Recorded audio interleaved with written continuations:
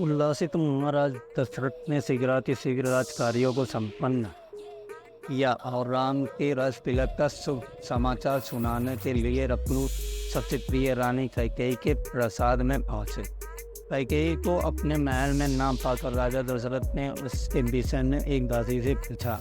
दासी से ज्ञात हुआ कि रुष्ट होकर महारानी कैकेयी कोप भवन में गई है। महाराज चिंतित हो गए। उन्होंने कोप भवन में जाकर देखा कि उनकी प्राण प्रिय मलिन वस्त्र धारण किए केस विकराए भूमि पर अस्त व्यस्त खड़ी है। उनकी इस अवस्था को देखकर आश्चर्यचकित राजा दशरथ ने कहा, प्राणेश्वरी, मुझसे ऐसा क्या अनिष्ट होता है कि क्रोध होकर तुम कोप भवन में आई? यदि तुम किसी बात से दुखी हो तो मुझे बताओ, मैं तुम्हारे कष्ट का निवारण अवश्य करूँगा। महाराज के इस प्रकार मनहार करने पर कैकेयी बोली, प्राणनाथ, मेरी एक अभिलाषा है, किंतु यदि आप उसे पूरी करने की शपथ पूर्वक प्रतिज्ञा करेंगे तभी मैं आपको अपनी अभिलाषा के विषय में बताऊंगी। महाराज दशरथ ने मुस्कुराते हुए कहा, केवल इतनी सी बात के लिए तुम उपवन में चली आए। मुझे बताओ तुम्हारी क्या इच्छा है, मैं तत्काल उसे पूरा करता हूँ। इस पर कैकेयी बोली, महाराज, पहले आप सौगंध दीजिए कि आप मेरी अभिलाषा अवश्य पूरी करेंगे। इस पर महाराज दशरथ ने कहा, हे प्राणप्रिय, इस संसार में मुझे राम से अधिक प्रिय और कोई नहीं।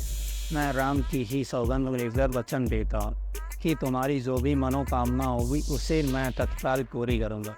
महाराज सौगंध लेने से अस्वस्थ हो जाने पर कैकेयी बोली, आपको स्मरण होगा कि देवासुर संग्राम के समय आपके मूर्छित हो जाने पर मैंने आपकी रक्षा की और प्रसन्न होकर आपने मुझे 2 वर देने की प्रतिज्ञा की थी। उन दोनों वरों को मैं आज मांगना चाहती हूँ। पहला वर तो मुझे यह दे कि आप राम के स्थान पर मेरे पुत्र भरत का राज तिलक करें, और दूसरा वर मैं यह मांगती हूँ कि राम को 14 वर्ष के लिए बन जाने की आज्ञा दें। मेरी इच्छा है कि आज ही राम परिकल पहनकर वनवासियों की भांति वन के लिए प्रस्थान करें। अब आप अपनी प्रतिज्ञा पूरी करें, क्योंकि आप सूर्यवंशी हैं और सूर्यवंश में अपनी प्रतिज्ञा का पालन प्राणों की बलि देकर भी किया जाता है। कैकेयी के इन वचनों को सुनकर राजा दशरथ का हृदय चूर चूर हो गया। उन्हें हस्सा पीड़ा हुई और वे मूर्छित होकर गिर पड़े।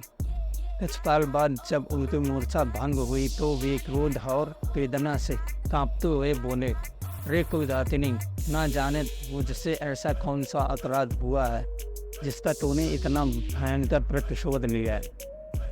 पतिते नीच राम तो तुझ पर कौशल्या से भी अधिक श्रद्धा रखता है, फिर भी तू उसका जीवन नष्ट करने के लिए प्रतिबद्ध हो गई है। प्रजा को अत्यंत प्रिय राम को बिना किसी अपराध के न भला कैसे निर्वासित कर सकता हूँ। तो अच्छी तरह से जानती है कि मैं अपने प्राण त्याग सकता हूँ, किंतु राम का वियोग नहीं सह सकता। मैं तुझसे विनती करता हूँ कि राम के वनवास की बात के बदले तो कुछ और मांग ले।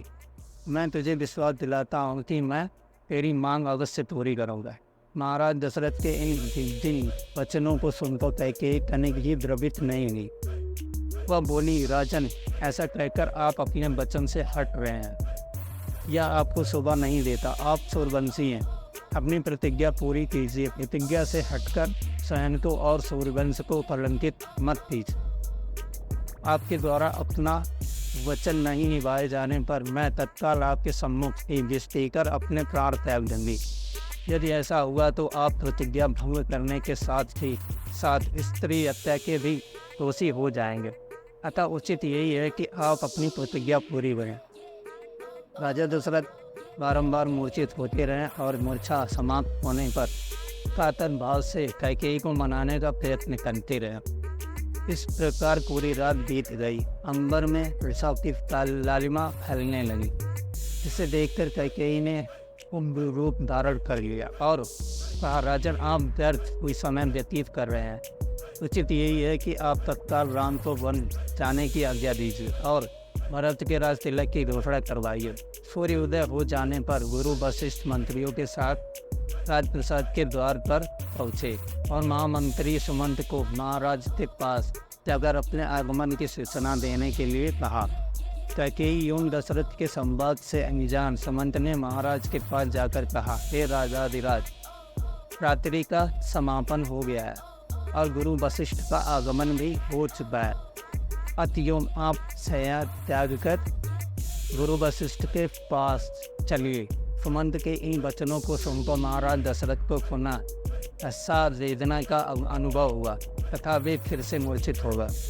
उनके इस प्रकार मूर्छित होने पर पुत्री कैकेयी बोली, हे महामंत्री, अपने प्रिय पुत्र के राज्याभिषेक के उल्लास के कारण महाराज रात भर सो नहीं सके हैं। उन्हें अभी अभी ही तंद्रा आई है। महाराज निद्रा से जागते ही राम को यथावश्यक निर्देश देना चाहते हैं। तुम शीघ्र जाकर राम को यही बुला लाओ। कैकेयी के आदेशानुसार सुमंत रामचंद्र को उनके महल से बुला लाए।